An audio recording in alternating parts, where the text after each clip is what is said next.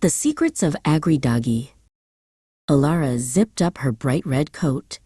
She had traveled all the way to eastern Turkey to visit her grandfather, Dede and explore the legendary region of Ağrı. "What should we see first, Dede?" she asked, her voice full of excitement. Dede pointed toward the sky. Towering over the city, its snow-capped peak seemed to touch the clouds. "First, we must greet Ağrı," he said softly. "Mount Ararat. It is the highest peak in all of Turkey and whispers ancient stories."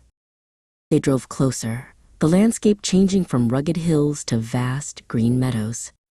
Alara spotted wild horses grazing peacefully. Ağrı means pain or sorrow in Turkish.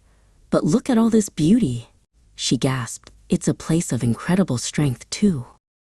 "Many years ago," Dede explained, "this area was a crucial stopping point on the Silk Road.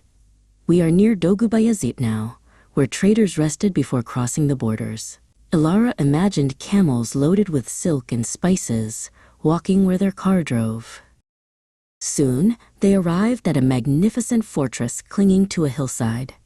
"Welcome, Alara, to the Ishak Pasha Palace," Dede announced.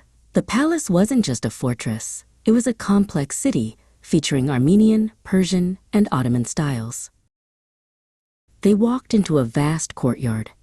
Dede showed her the intricate stone carvings on the walls and the large windows facing the valley. Built in the 18th century, it was more of an administrative center than a fighting fort, he explained. "See the heating system? Very advanced for its time." Later that afternoon, back in the small town, Dede took Alara to a local community center. People were gathered, sharing stories and performing folk dances specific to the region, called halay.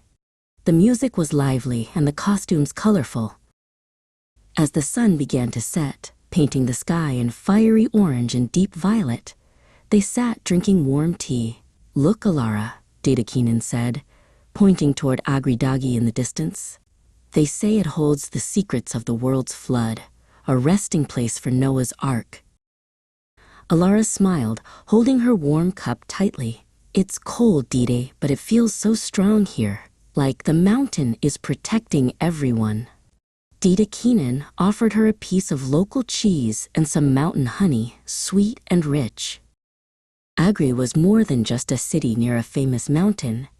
It was a place where history was written in stone walls, whispered in high winds, and tasted in sweet local treats. Alara knew she would take all those strong, beautiful stories home with her,